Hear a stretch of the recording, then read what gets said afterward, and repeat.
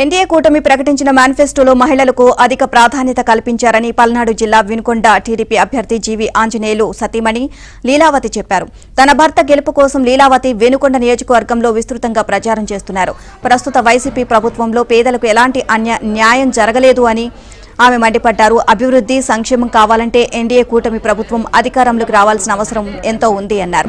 ఇక వినుకొండలో పేదలు సంతోషంగా ఉండాలి అంటే సైకిల్ గుర్తుపై ఓటు వేసి జీవి ఆంజనేయుల్ని గెలిపించుకోవాలని ఆయన సతీమణి లీలావతి పిలుపునిచ్చారు.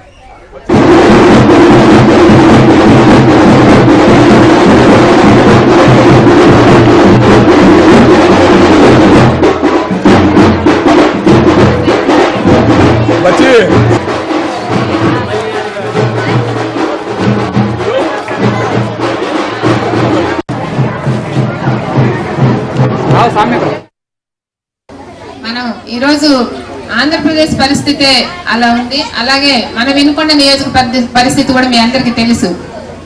ఇక్కడ కొండ చుట్టూ కానీ ఎక్కడైనా సరే 175 ఎకరాలు ఆక్రమించినటువంటి పరిస్థితి. 5 ఏళ్ళు ఇస్తే మనం ఎన్ని పోగొట్టుకున్నామో చూసాం. ఈ వినుకొండలోనే ఎక్కడో కాదు, రాష్ట్రంలో సంగతి చెప్పట్లేదు, మన వినుకొండలో పరిస్థితి చెప్తున్నాను. ఇది ఆధారాలతో సహా ఉన్నాయి.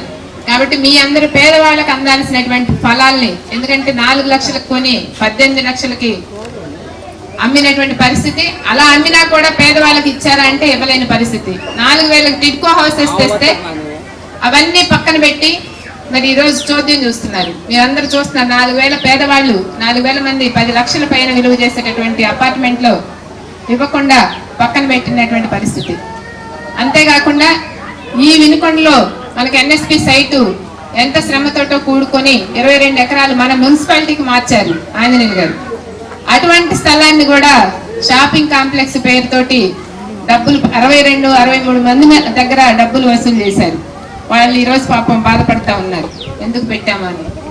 ఎందుకంటే ఎన్ఎస్పి సైట్ 22 ఎకరాలు అంటే మన కమ్యూనిటీలు, షాదీఖానా కానీ, అక్కడ కళ్యాణ మండపాలు కానీ, అన్ని కమ్యూనిటీలకి కమ్యూనిటీ హాల్స్ కానీ, పార్క్ కానీ, ఇండోర్ స్టేడియం కానీ, ఇలాంటివన్నీ కూడా మంచిగా ప్లాన్ చేసుకున్నారు ఆంజనేయులు గారు. అవినీతి మరక అంటున్నటువంటి వ్యక్తి ఆంజనేయులు గారు. ఎవరు కూడా సహాయపడే మనస్తత్వమే కానీ, అదే మీరు అవతల చూస్తే మీరు పోయిన వాళ్ళని 2000 తీసుకొని మాకు ఓటేశారు, ఓరకేశారా అనేటటువంటి పరిస్థితి మీ అందరికి తెలుసో లేదో. ఇక్కడ ఉన్న వాళ్ళందరూ కూడా వాళ్ళ ఇంటికి వెళ్ళి ఏదైనా సమస్య చెప్పుకోలేనటువంటి పరిస్థితి.